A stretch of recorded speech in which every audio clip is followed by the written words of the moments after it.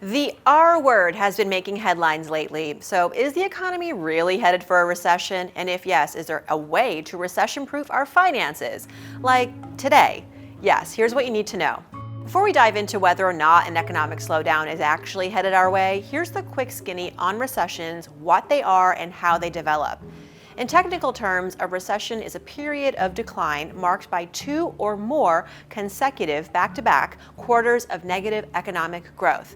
How do we measure economic growth? 3 letters, GDP. GDP stands for Gross Domestic Product, and it is the total value of the goods and services produced and spent in a country during a time frame. Now, in America, GDP is measured every quarter and every year.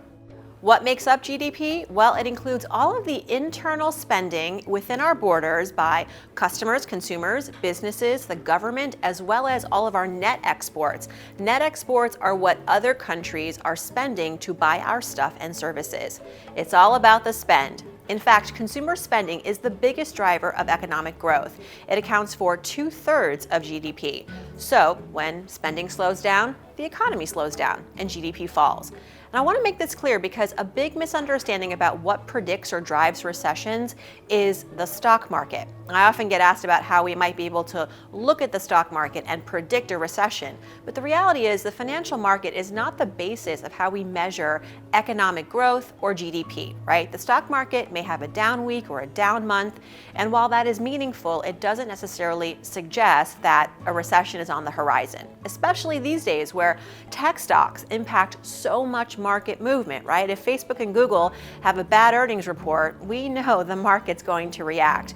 But it doesn't signal that a recession is on its way, not necessarily.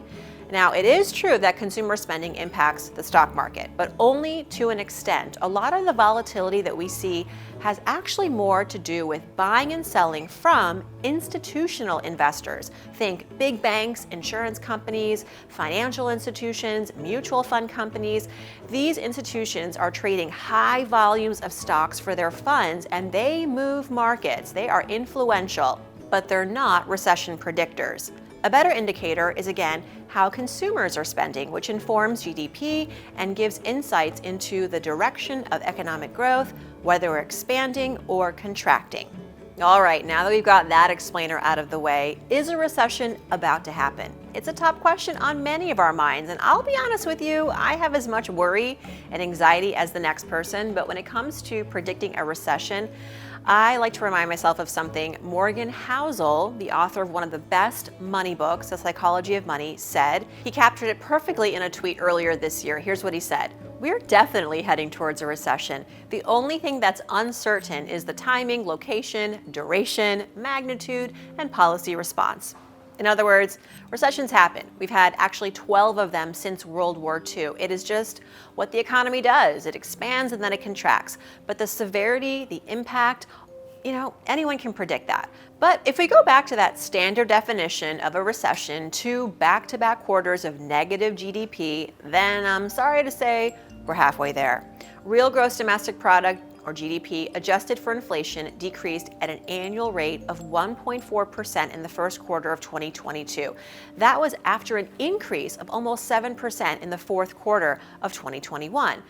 So let's dig into this a bit. Why did GDP fall in the first 3 months of 2022? Well, economists say it was because of 2 things. 1, the spread of the Omicron variant and the surge in COVID cases. Also, inflation began to really surge in Q1 to its highest level in 40 years. Now, inflation is a big predictor of recessions, at least historically. When consumer prices rise, policymakers attempt to deliberately slow down spending by lifting interest rates. The idea behind this is that by making the cost to borrow money more expensive, consumers will take out fewer loans, they'll spend less on their credit cards, they'll buy fewer goods and services, and when that happens, prices will actually come down and the cost of living becomes more affordable. And this is actually happening right now. We're seeing policymakers at the Federal Reserve raise rates to combat inflation. Rates on mortgages, for example, have nearly doubled compared to this time last year, and applications for mortgages have therefore slowed down. But here's the real concern. If interest rates get too high and consumers have a really hard time buying homes, buying cars, taking out loans to spend money, and companies also feel the pinch from higher rates when borrowing capital, the slowdown might get to be too severe, and we may see yet another quarter of negative growth.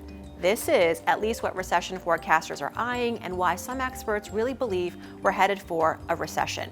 So, all right, what now? What can we do to protect ourselves from a potential recession? Well, as I like to say, hope for the best, plan for the worst. The only and best thing we can do, in my opinion, is control what we can control. So here is my pre-recession financial checklist. 1, review your 1-year and 2-year financial goals to make sure you're still on track, and if you're not, decide what levers you can pull to ensure you can still make them happen.